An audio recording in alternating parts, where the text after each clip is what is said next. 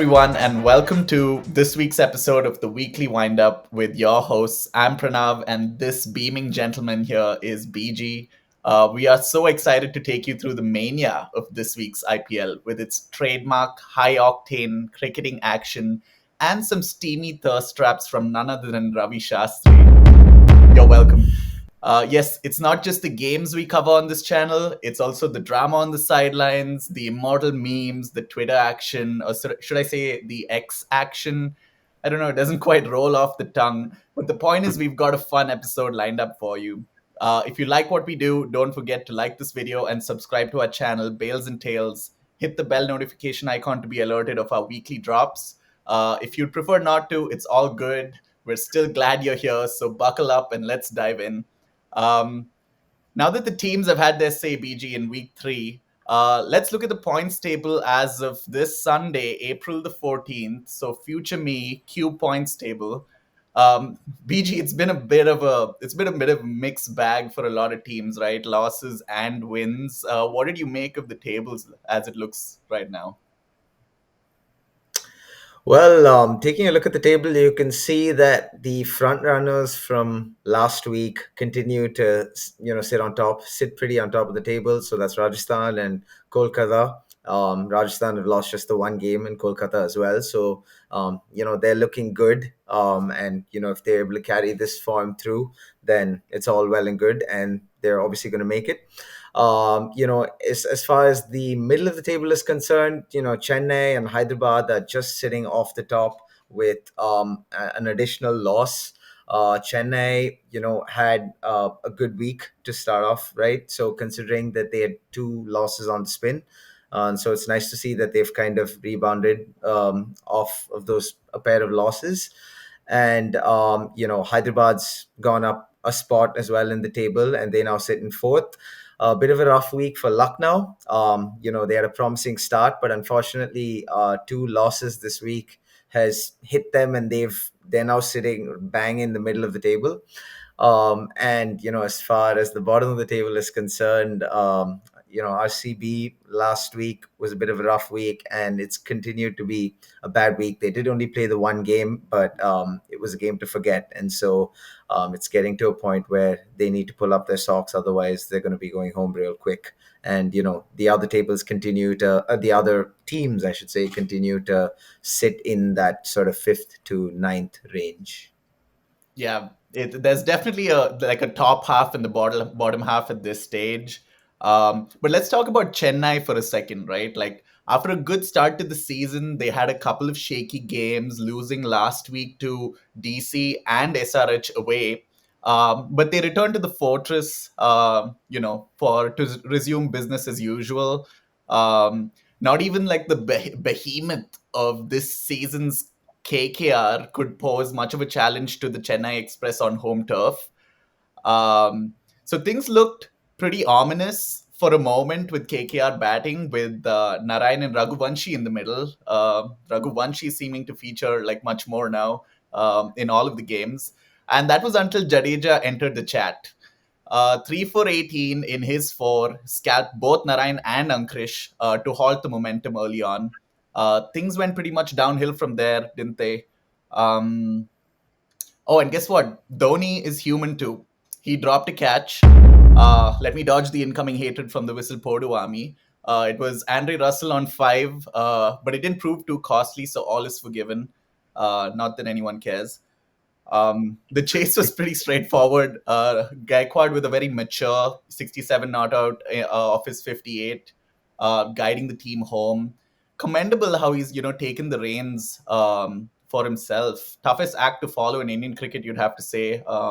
But MS does pull off a lot of these transitions with a lot of class, I would have to say. What's the difference between what's happening with KKR with sort of the switch over with the mantle and MI? More to come on that. But MS may have given into his stardom a little bit. Came out to bat with three remaining from more than 3 overs. Supposedly didn't want to pressure Samir Rizvi too much. I'm not sure I follow the reasoning with that one, but I don't blame MS Nah, for I'm not giving. buying that. I'm not buying That's that. what the Chepauk crowd wanted, and that's what they were waiting for, so I don't blame him. But BG, I wanted to ask you, man, like CSK just knows how to get it done at the Chepauk, right? Like, what makes them such a formidable team there? No, to your point, Pranav, you're right, and it's been one incredible success story, right? The CSK franchise as a whole, but it's important to also stress on how dominant they've been at home, right? I think they've won 47 matches now, and they've lost 18, over the course of the entirety of the IPL, which just so happens to be the best record out there, right? And it's this dominance at home combined with more than sort of capable or more than enough, I suppose, wins on the road, right, to put themselves in contention. And it's just strong showings all around, and they always seem to get their team balance right. You talk about the bowlers you need to succeed at the Chipok, right? They have the right blend of fast bowlers who can swing the ball, but also the vary their pace effectively when the pitch slows down considerably, inevitably, I suppose, and also spinners who are really able to stymie things in the middle, especially when their pace bowlers are tonked right early doors, right? So they've really figured out their combinations effectively, and they've recruited incredibly well. And I think it's also a testament to their batters, right, who've gotten accustomed to playing in those conditions and always deliver, right? They Shivam Dubey is somebody I need to call out because he's renowned, for his ability to play spin really well, and he has definitely backed that up this IPL. He's made consistent contributions throughout the tournament right now, and he's hitting at an incredibly good strike rate, incredibly high strike rate. And so it's a success story as far as CSK are concerned so far. And Rachin Ravindra's fearless approach at the top of the order, alongside sort of the stroke play of Ruturaj Gaikwad, right? Easy on the eye. I think that's really lent itself well to the CSK batting approach, and so um, good news for CSK fans. Things are looking good now, and long may it continue, I suppose. Yeah, they just CSK does just always manage to kind of fit the right cogs in the right places. And the end of this week was padded with another CSK success story. Some people call this clash the El Clasico of the IPL. It was certainly a mouth-watering matchup at the Wankhede with a healthy mix of both yellow and blue, you'd have to say. CSK getting into some good away form as well. God, roll your eyes. CSK breached 206 in 20 overs. Special knock from MS Dhoni. Going to start off with that. Scored 20 of the last four balls of the innings at a strike rate of 500.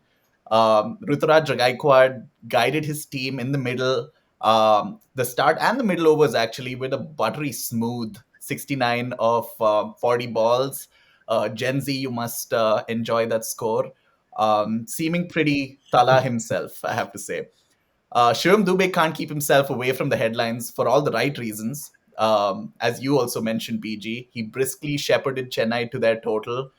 Mumbai could have used some heroics from their own shepherd, but it wasn't to be this time around. Rohit scores 100 that he's probably not going to remember very fondly. Often stranded at the non-strikers, kind of watching Patirana ravage his side. Should I say Hardik Pandya's side? Do I hear boos through the screen? Um, Chennai, That's though, all we've heard. yeah, Chennai, though, bit of a masterclass in bowling on a flat track. Meaningful contributions from the entire attack led by Patirana. But before you come at me, Fizz also took a crucial catch of Sky at the ropes, even though he wasn't very economical, so he did contribute. But BG, um, a lot of teams tend to strengthen their batting lineup. I think you know who we're talking about. But is Chennai proof that a strong bowling lineup is actually essential to the success to a team's success in the IPL? That's a very good question. And my inclination and the stats kind of tell us the story, right? But I'm definitely inclined to say yes, just given how it hasn't worked out for certain franchises, and certain franchises have struck the right balance, right?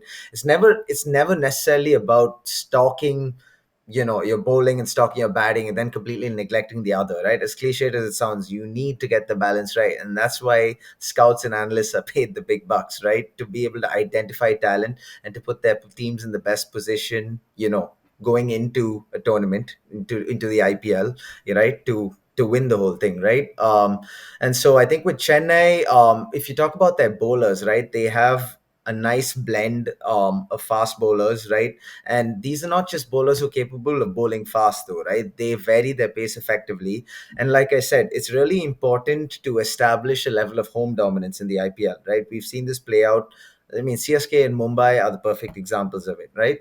And with CSK right now, we spoke about Mustafizur, right? Mustafizur is tailor made for the Chepauk pitch, right? Because he bowls quick early doors, very skiddy kind of bowler, right? But then when he really needs to change it up, it can be very difficult to get him away, right? Because the ball, when he bowls those cutters right into the pitch, they either stop or they get onto the bat much quicker than you anticipate, right? And so it's very difficult to play him in those middle overs in particular, right? And so I think that's an incredibly smart acquisition by CSK. Then you talk about a bowler like Patirana, very unconventional action. I'm sure Lasit Malinga had a big say, in or Baby Malinga, they influence, I call him. suppose. Yep, baby Malinga, and for good measure. But very slingy action can be very difficult to pick, also very difficult to get under, right? Because the ball's coming at a very awkward angle.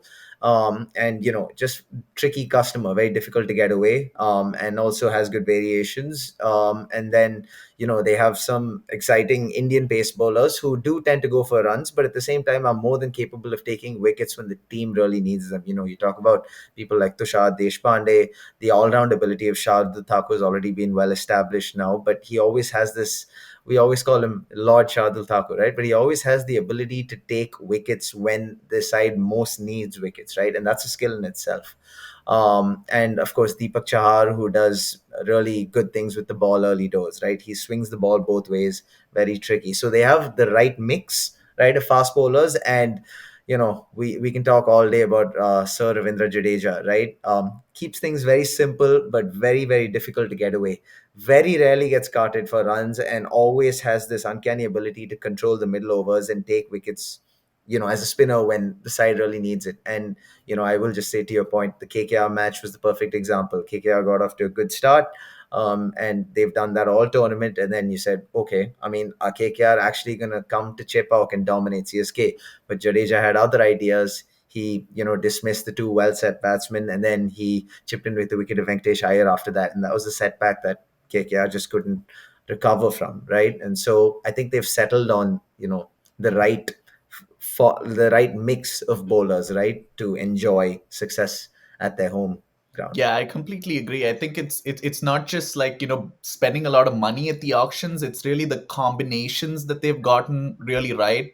And yeah, Chepok, playing a huge part in their success story for sure.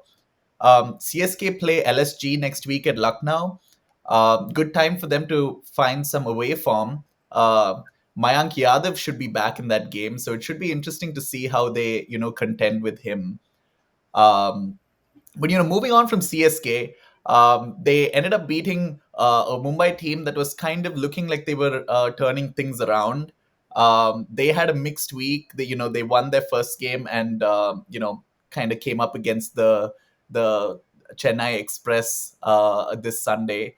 Hardik seemed somewhat distracted, disheveled maybe.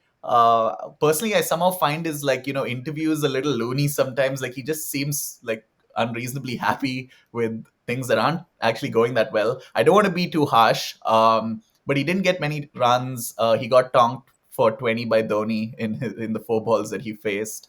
Some odd decisions I felt were made with the bowling choices. Shreyas Gopal only bowled like the one over, though he did pretty well. Bumrah again was saved for late, which is a strategy they're following. And many people aren't really happy with that. Especially, I got to say, Sunny G. It wasn't a sunny Sunday for Sunny G, and that's for sure. He was livid throughout that entire game. I feel like Kevin Peterson had the worst of it, like sitting with him in the com box Oh, and like in the geez, post Sunny, presentation. That was a pretty funny little segment. Sunny, you beauty. Yeah. But like, what do you think, BG, about this whole captaincy thing? Like, do you think the weight of this captaincy of this all-star MI team, right, is getting to Hardik Pandya here? Yeah, that's it. That's again a very interesting question, right? Because obviously people will have their say, right, about what's happening. I think to your point, right, Hardik has, for whatever reason, continued to pretend. In Let's be real, it does seem like a bit of an act, right? He does seem to be extremely happy at all his press conferences, and we're not faulting him for being happy, right? But let's be real, like some of the treatment that's been dished out to Hardik, over the last 5 or 6 games or 5 games, whatever it is, has been pretty harsh, right? He's being booed for all the decisions he's taken. There've been times where he's bowled wides. I remember the game against RCB, he bowled a couple of wides and the fans were onto him, right? And so I think it's safe to say it has to be really difficult, right? To, I suppose, accept, right, the behavior Yeah, and, it's a lot of pressure. the insults that come his way, right? It's going to be difficult for anyone, right? And so in some respects, you could say he's handled it well, or at least he's trying to, maintain that cool exterior, whereas I'm sure it really hurts him inside. And it's a bit of a tricky one, right? Because he did obviously have a successful stint at Gujarat, and right, and you could argue that there was a captain in the making there, right? Sure, he had a great team, but then I think the success of Gujarat really said, okay, here's somebody who could potentially translate that success to what's already been an incredibly successful Mumbai Indians franchise, right? Now, of course, Mumbai have an established captain in Rohit Sharma, and it was an unpopular decision, but I think it is an all-star studded team, right? All-star studded team, and this team should definitely be winning a lot more games than they should be losing. But I think some of the off-field drama has definitely added to a layer of complexity, right? That we quite can't quite fathom. We can't quite fathom how that's sort of affected the team morale. I think a lot was made of certain incidents right early in the tournament where X didn't hug Y, or X chose to not give a damn about a certain incident or a certain bowler. Rohit Sharma was not active with the field placements of Hardik Pandya. Feel like it's been analyzed a bit too much. But having said that, I do feel like Hardik Pandya is probably putting a lot of pressure on himself. And perhaps we're seeing it, sometimes in his batting performances. It doesn't seem as free flowing as the Hardik Pandya of old, right? When he had that free role to go absolutely berserk with Kyron Pollard towards the end of the innings, right? It feels a lot more labored and a lot more, there seems to be a lot more thought, right, going into some of his knocks. And for whatever reason, that doesn't seem to be helping him. So it's going to be interesting to see how that pans out as the tournament progresses, right? Is this going to hamper Mumbai, or is this just a minor distraction that they're eventually going to overcome because of the riches of talent they have? Absolutely, absolutely. I think it's hard even as a seasoned player to shut out all of that noise, and it's very literal in this sense. So yeah, you certainly feel for Hardik Pandya and hope that he can turn it around. But it wasn't all downside for Mumbai this week. RCB did send them a nice victory midweek. Um, and the game, it seemed a little close, but it didn't end up being so, and by a big margin in the end. RCB falls short of just about 196, and they fall short of 200, end up getting 196, and they could have had a lot less had it not been for a rather smooth operating 40-year-old Dinesh Karthik, who played a really good knock. Faf finally scored 50 plus, and Rajat Patidar also played well for his 50 from 26 balls. Mumbai's bowling, though, seemed super difficult for RCB to contend with. Bumrah went boom boom 5 times, nearly breaking Maipal Lomro's toe in the process. The MI lineup, they kind of used the bane of RCB's existence, spin. RCB can't play it. We kind of don't want it in our team. The spin of Shreyas Gopal and Nabi proving effective in controlling the scoring. Uh, the chase was a foregone affair, especially after the start, right? Ishan Kishan, Rohit Sharma take the bowlers to the cleaners, then pass the baton on to Sky, who seemed to take missing out in the last game rather personally. Um, Watching him bat, oh my god, like it was such a beautiful knock, must see for all cricket fans. He was effusively praised by Ian Bishop, Brian Lara, and Harbhajan Singh in a rather dimly lit studio as well. um, when things go for Mumbai, they seem really complete, right, as a team. What are the gaps? I mean, clearly because they've lost, right, quite a few games this season. Well, what are the gaps you think that there are in this outfit?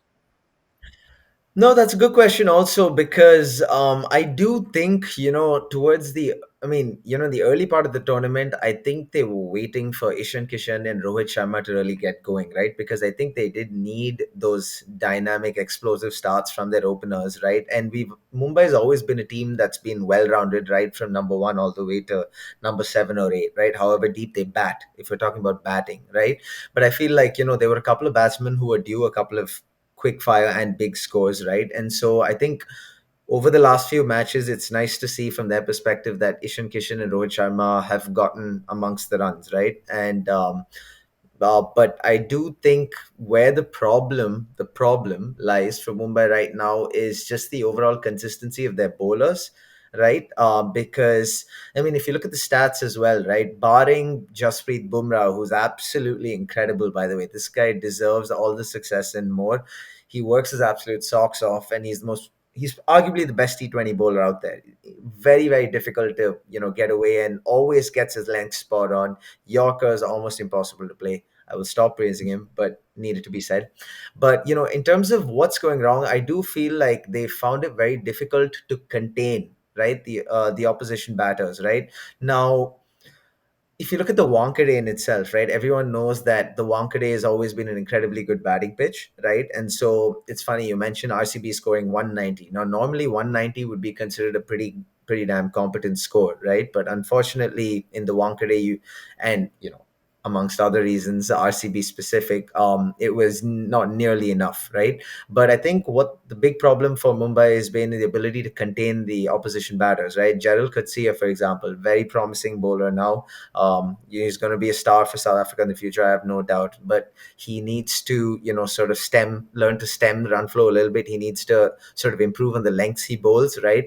The art of bowling at the death is a skill, right? And that's something that Bumrah has perfected, and he is the role model as far as that's concerned. So I feel a lot of bowlers can take that from him, right? Piyush Chawla, spin. If you're talking about spin, he's played a couple of games and he's been taken to the cleaners, right? And this is a guy who has loads of experience under his belt, but it just hasn't quite worked out for him. And Akash Madwal as well had a very promising start against RR, but then he's been considering conceding about 45 runs or more in the subsequent matches, right? So much so that against Chennai, Hardik Pandya chose to not go with him, and he chose to bowl the last over. And we know how that went. Cue all the Tale praise. But I do think the problem for them has fundamentally been on the bowling front, right? And that's where I think they really need to get back to basics, and they really need to focus on hitting the right lengths, especially at the death, because that's where we've seen it sort of get away from a lot of their bowlers, right? And so if they're able to contain other teams a lot better, and I know it sounds very cliched, but that is one of the most important things in T20 cricket, right? Then it becomes a lot easier for them moving forward rather than consistently being involved in run fests, which is great as far as viewership is concerned, but ultimately I don't know if it's the most sustainable outcome for them. Definitely, definitely. Yeah, Mumbai at the wrong end of the highest score ever scored by an IPL team. So, definitely a lot of merit to, that area of improvement that they need to make. They Mhm. also have four away games now on the trot. Just a clash with Punjab Mm. next week, who aren't in the best of form. You can't count this Mumbai team out, but they have some introspection to do, and that's for sure. Uh, Things went from bad to worse for RCB, falling to the bottom of the table after their loss this week. Kohli was supposed to be part of a plot to restore harmony to the MI franchise, turn the hatred of the MI fans into love for Hardik Pandya. If some sources are to be believed, we see Kohli reports back to his overlord Nita Ambani after the game to debrief after a successful mission accomplished. Jokes aside, there seem to be a lot of issues with this team. The balance of the side is off. Spin department extremely weak with the departure of Hasaranga. Batting lineup is, it seems strong, but it's mostly right-handers, which also kind of leads to good like matchups for the opponents, right? And to compound all of that, and it's funny that this is the last thing, some of the top performers in previous seasons, Reid, Faf, and Maxwell, haven't been contributing as much, this season. RCB has appointed serial winner Andy Flower as coach this season, who's basically won almost everywhere. But as DK put it in his interview with Nasser and Athas this week, you can take the horse to the water, but man, players, you got to drink. So but it's also been a consistent problem with RCB, right? It's been 16 years. I mean, this is a very loaded question, but where do you think it's all going wrong, BG? It's precisely that, right? We talk about balance in a team, and balance is incredibly essential, right? Because RCB fundamentally, for the most part of 16 years, have always been a top heavy team, right? And so, when they've done really well, right, it's been an incredible, like, it's made for incredible viewing, right? Because we've had some insane firepower at the top of the order in the form of, the Gales, the Dilshans, the De Villiers, King Kohli himself, and all of that's great, right, when it works. But then the problem is we've often left ourselves extremely light in the middle order, right? Lack of a domestic presence outside of Kohli has really hampered RCB's sort of progress over the years, right? The crazy stat that goes around, Kohli's obviously head and shoulders above the rest as far as run aggregation is concerned for RCB. And second is, I think, Rahul Dravid. I don't even know when he stopped playing. Was this 2029 or 2010 or something like that? Which is Mind ridiculous, blowing. right? Which just means that speaks to poor recruitment, right? And not identifying talent when it's available and handy, right? But by the time RCB identifies useful talent, right, like everybody else knows that they're good, right? And so their prices end up being the 8, 10 crore, 11 crore, 12 crore, and then it doesn't quite work out, right? And obviously another factor is, if we talk about it this time round, right, is I think it's unforgivable going into an IPL season with lack of a frontline spinner, right? It just has to be said. Again, this is not 16 years, but I need to emphasize on the fact that they are not gone into the season with a frontline spinner, and it's affecting them big time, right?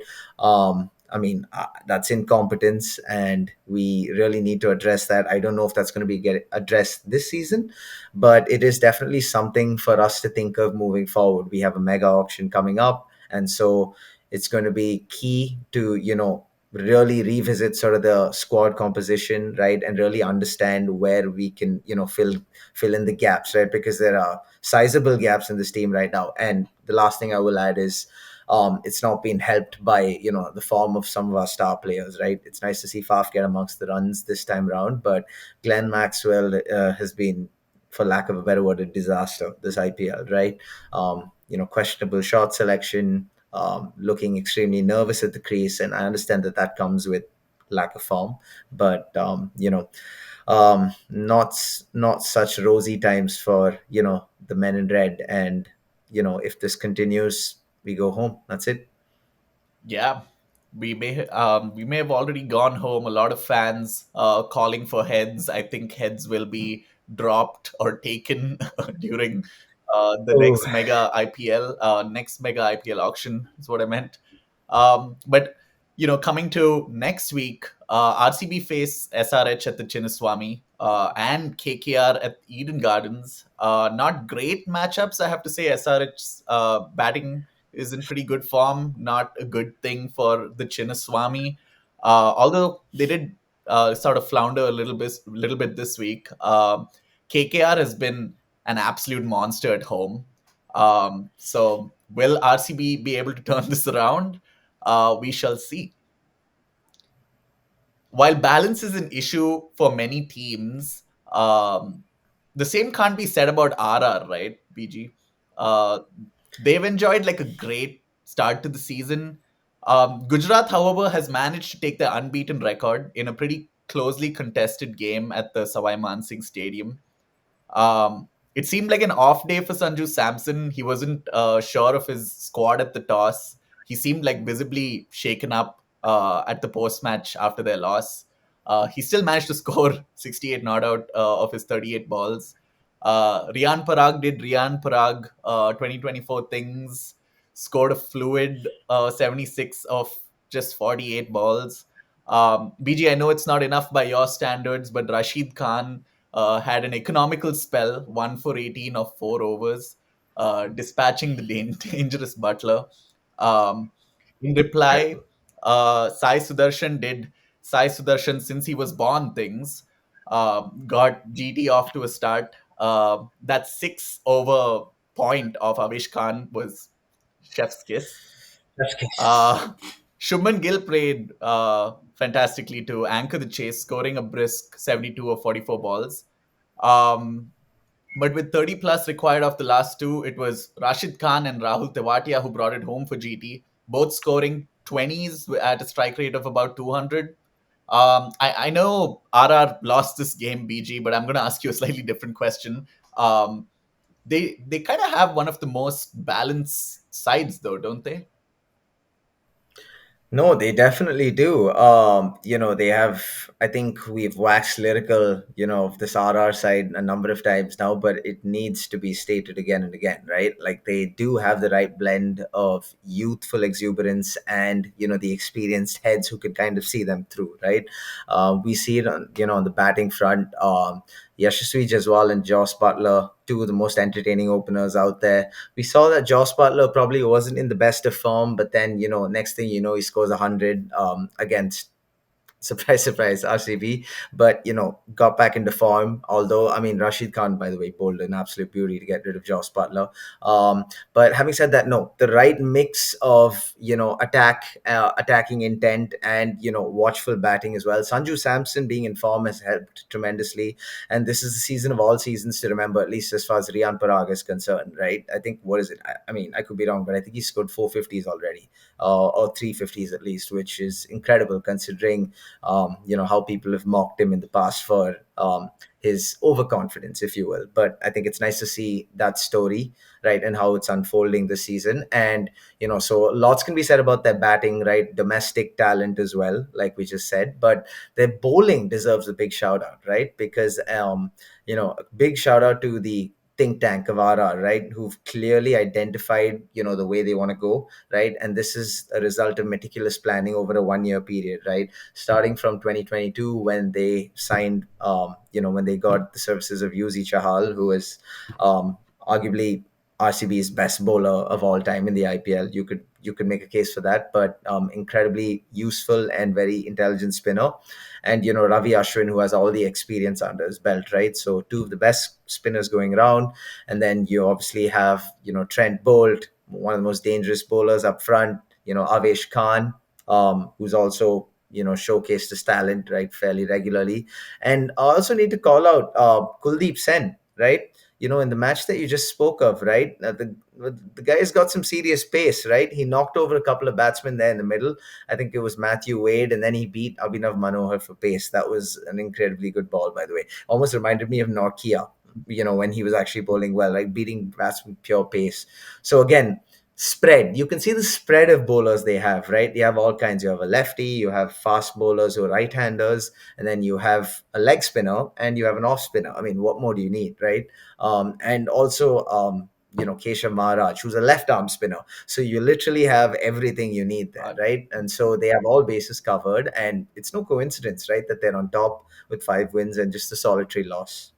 Yeah, absolutely. Plenty of wares for this RR team to choose from. And in their second encounter with Punjab, and this was away from home, it was a return to the winning side for RR, but not without a few scares along the way. Uh, Punjab really struggled to get going in their innings. It wasn't until Livingston and Ashutosh Sharma got in. How many times have we heard this guy play a good knock? That they really, it's only after that they came in that they really troubled the ball boys. Special run out I have to call out from Sanju Samson of Liam Livingston. Very Dhoni-esque. Still, no one seems to trust him to take skiers with the gloves for some reason. No one seems to be listening to his calls. I'll give them the benefit of the doubt. I actually think it's just really loud in the stadium. It's hard. It's just funny that it happens to him. But anyway, Fair enough, fair enough. They were also closer to the fielders, so I do know what you're saying. But true. he's making a very strong case for his name in the T20 squad. Uh, that I got to say about Sanju Samson. In reply, RR almost made a mess of things. They needed some heroics from Shimron Hetmeyer to take them home. Credit to Punjab's bowlers for making that total competitive. Rabada and Karan taking 2 wickets each and giving very little away. Um, Yashasvi Jaiswal, though, did score runs. Great news for RR. His tournament hasn't really taken off, but he looked good in that innings, as he's looked good in the short little cameos that he's played. BG, I think we're both huge fans of this RR team, and we've talked about them in length. From the influx of young Karnataka cricketers to winning the first tournament with Shane Warne and a group of what many called misfits. Um, they're a team with a strong backroom staff as well, and really well-informed scouts. Like you touched upon, how well balanced their team is. But you want to talk about some of the, um, I think the more, how their analytics has kind of played into things and how they've sort of cornered the market in some ways, and created that sort of competitive advantage. Yeah, sure. I mean, if you think about it, I think they were able to aptly identify, right, that, a lot of people were going for batsmen, but it was actually a lot of Indian fast bowlers who were, they weren't quite at a premium, right? So they needed to act fast. And so as a result of that, what they actually ended up doing is they ended up getting most of the Indian fast bowlers, they're acquiring most of the Indian fast bowlers, right, just to ensure that the others weren't necessarily at a competitive advantage, right? So it's all about nullifying any chance that the opponents get, right? And so I think that was one thing that they did effectively well. And we've already spoken about how effective their spinners are, right? And sort of the mix of different spinners they have, right? And it almost speaks to it is meticulous planning, right? At the end of the day, you need to cover all your bases, right? How do we ensure we have at more like the most variety possible, right, to keep the opponents consistently guessing and not get too comfortable facing a specific kind of bowler, right?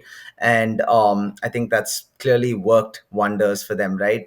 We've heard their owner talk about how they sat and planned, the going into this season, they've sat and planned this out for a period of 1 year, right? And as a result, they ended up making some really smart, acquisitions. We've seen a couple of players in their setup now that maybe weren't the most successful, at other franchises. Say, for example, a Shimron Hetmeyer. I know he's been at the RR franchise now for a bit, but allowing him to flourish right at the bottom of the order or sort of in the middle order, has been, has truly been a sight to behold, right? Because this was someone we weren't quite sure of, right? Because I know he didn't have the best of times at RCB, but it's really nice to see him, in and amongst the runs and also consistently applying the finishing touches to see them across the finish line, right? And so whether you talk about it from a bowling standpoint, where they were able to astutely identify some of the areas that were untapped, right, wherein they could gain a competitive advantage either by acquiring everybody that was available, right, or by getting the right acquisition, or whether it was, their batting, where they have some incredibly young, exciting domestic talent, right, ably supported by the likes of Hetmeyer and Butler, who are clearly incredible impact players. They've really got things going for them, and it's no coincidence, right, that they're top of the table. So fair play to them. And the last thing I will say is, I think all RCB fans, or at least most RCB fans, I would assume, would have a soft spot for RR, given the nostalgia of their first win, where they were totally written off, an element of the unknown. Warney guiding those young troops, Yusuf Pathan, Jadejas of the world, to through to the inaugural IPL, through the inaugural IPL edition to the title. And also, we've seen all our Karnataka boys play for them over the years, right? You talk about Robin Uthappa, you talk about, Prasid Krishna, you talk about Mr. Rahul Dravid himself. There are a number of Karnataka boys, Karun Nair, they've played for RR over the years. So I suppose that's where that soft spot comes from. Absolutely. Yeah, I think you brought up a really good point about, besides like their analytics sort of unearthing talent, I think they've really sort of stuck with players as well and kind of given them that confidence, and it's really paying dividends. And that's definitely a kind of franchise I think you want to be a part of. Um, RR does face a stiff challenge on Tuesday. They're playing KKR at the Eden Gardens. It's a battle of the current table toppers, and that should be a super exciting contest. Somebody loses. I know, finally. Um, But we do have other teams in this, so we're going to briefly go over the other games. KKR bounced back after their loss against Chennai with a win against LSG at the Gardens. Mitchell Stark finally delivers on his huge price tag. Took 3 for 28 in his four after going for a few in his first over. LSG had a good start, but found it really hard to kind of get going in the middle. Really tight squeeze from KKR bowlers. Ever dependable Sunil Narayan getting 1 for 17 in his four, super miserly. There were late fireworks from Puran, scoring 45 of his 32 balls. And he was going pretty slowly at one point, only run a ball at 21. So good flurry at the end. In reply, it was really a Phil Salt show. Uh, Blistering 89 of 47 balls, taking KKR home in just the 16th over, ably supported by captain Shreyas Iyer, who just sort of took it around with a run a ball 38. He's going to the academy, isn't he? The academy is calling for him. that result, True so that. that result cements KKR's place behind RR at the top with 2 games to go. And I mean, 2 home games this week. Beg your pardon. Okay. One against RR and one against RCB. So those should be pretty interesting contests. They've been really strong at home, so you would kind of lean towards them actually picking up the wins there. Um, yeah. What else did we have, BG? So we had the game between LSG and DC, and this was a match that was played before the match that you just spoke of, right? Mhm. And Delhi Capitals ended up winning by 6 wickets. So it's been a bit of a rough week, right, for LSG. Like we mentioned right at the start of the episode, 2 losses this week. Definitely a bit of a knock that in that sense. So just to revisit a little bit of what happened. So the Super Giants batted first and they hit 167 in 20 overs, right? I think the main story there was Ayush Budoni, right? Sort of towards the end with a really quick 55 of 30, which really propelled them to a very competitive total, right? Because for a while it did look like they were going to be struggling to get, I mean, maybe 130 or 140 odd, right? But then he was also supported by Arshad Khan there towards the end, who stayed with him there and kind of shepherded them through to 167, which on the face of it was, to my point, like a competitive total. Bowling standpoint, it's nice to see Kuldeep Yadav right in and amongst the wickets, right? Because he always has a bit of the, I think if you look at all the Delhi bowlers, right? I mean, personally, I would say Kuldeep Yadav is the bowler who has the most X factor, right? Because if Kuldeep Yadav shows up on any given day, he generally tends to take a number of wickets, right? Because we know he's capable of being economical, right? Because he does something that not a lot of other bowlers do, right? Very unorthodox in terms of the way he bowls, a Chinaman style. But he took 3 for 20, economical and devastating with the ball in equal effect. And so, in terms of the chase, Delhi started off with the loss of David Warner early, right? But then Prithvi Shaw and a young Australian, Jake Fraser McGurk, 22-year-old, still early days for him. He came up with an equally impressive innings of 55 of 35, Fraser McGurk.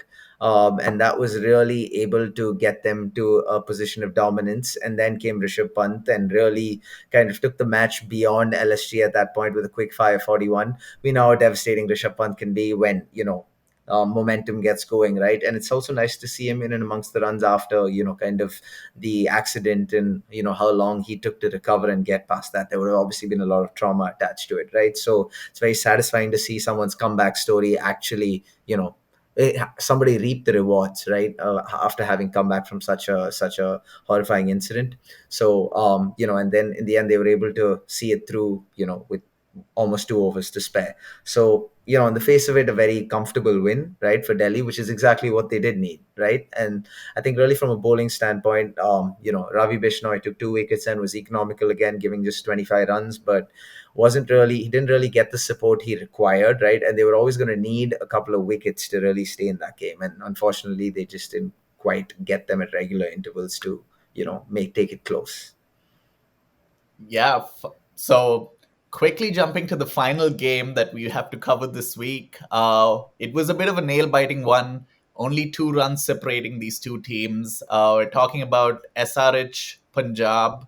Um, On this occasion, the SRH batting that has done pretty well up top so far didn't fire, but a youngster from Hyderabad, playing for his home team, stepped up.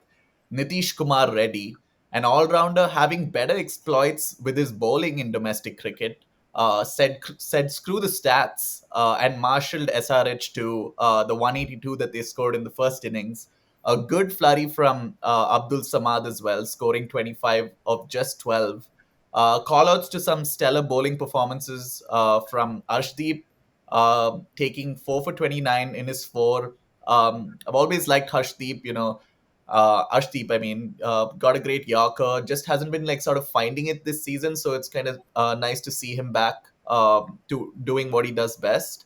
Harshal and Sam Curran shared 2 wickets apiece as well, so it was a pretty all-round performance. Now, in reply, and I think this is the interesting part of this story, Punjab played a familiar tune. BG, do you want to talk about their innings a little bit? Oh, yep. Where do we go from here? Oh, cool. So I think, early doors, it was nice to see, I suppose, from Sunrisers' perspective, Bhuvaneshwar Kumar and Pat Cummins, two bowlers who've obviously had incredible careers. Pat Cummins had the best year possible, right, by the way. Yeah, so they were able to get some really crucial breakthroughs up front, right? Sent back the openers, Bairstow and Dhawan pretty quickly. By the way, kudos to Hendrik Klaasen for an incredible stumping. He was standing up to Bhuvneshwar. He was standing up to the stumps, right? And Bhuvneshwar he isn't slow by any stretch, right? So 135, 140 odd. So to quickly it reminded me of MS Dhoni, right? Like we've seen this so many times with Dhoni, lightning quick behind the stumps. Thought I'd just call that out. But Dhawan, Bairstow, and Prab Simran were sent back early, and so that was the ideal start, right, for the Sunrisers. And then you kind of had a bit of a rebuild, cameos from Sam Curran, Sikandar Raza as well, needs to be said. A couple of 20s they chipped in. By the way, Sam Curran was brilliantly caught, right, by Pat Cummins. I believe it was a mid-off, right, if I remember Yep. correct. Yeah, great, fantastic take by the skip.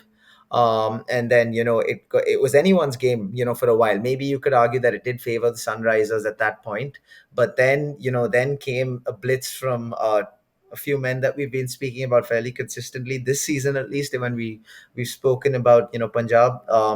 The Mr. Shashank Singh, right, who's obviously had a point to prove, right, and he's more than done it, I suppose. So a quick fire 46 of 25, right?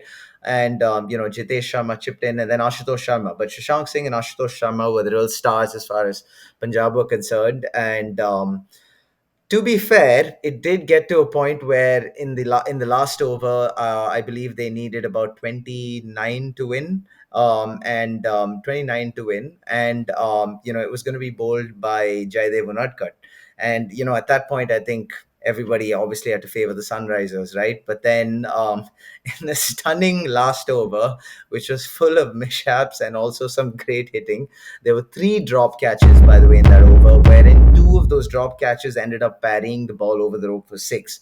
Absolutely comical stuff. I believe the drop catches were courtesy Nitish Kumar Reddy, Rahul Tripathi, as well as Abdul Samad.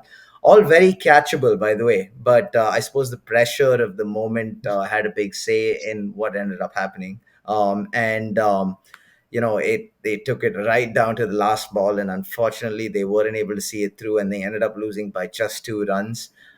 So they really, I mean, I think it's safe to say Sunrisers almost made a meal of that game, but eventually I suppose what matters is they were able to see it through. So props to them for that. Props to them. Oh my god, the drama in that game. And there The was another drama. catch dropped by T Natarajan earlier. I don't know what happened to Oh the yes, I catching. do. I think that was the one that was swirling in the Yeah, air at tough deep catch. fine. Oh Yeah, tough catch. yeah, But yeah, yeah. like the fact that four of them were dropped in the same game, it was just such a That's nightmare, chaos. for in the fielding department, at least for them and for Pat Cummins. Fielding drills, some fielding drills, definitely on the menu moving forward. Yeah, Long hours yeah, with the yes, fielding coach just for that game. yes, So yep. SRH play the bottom feeders, RCB and DC away this week. Good chance for them to make it, to the top, strengthen their position with those sides sort of languishing at this point. And on that note, thank you all for watching. If you like this video, give us a like, and if you insist, a subscribe. We have a lot more coming to you from the rest of this IPL and beyond. And don't hesitate to leave a comment. We'd love to hear from you. What did you like about this video?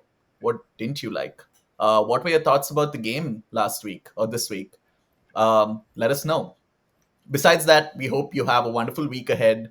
And don't forget to watch all of the IPL drama. And if you don't, come catch it here with us on Bales and Tales next week. With that said, take care. Peace.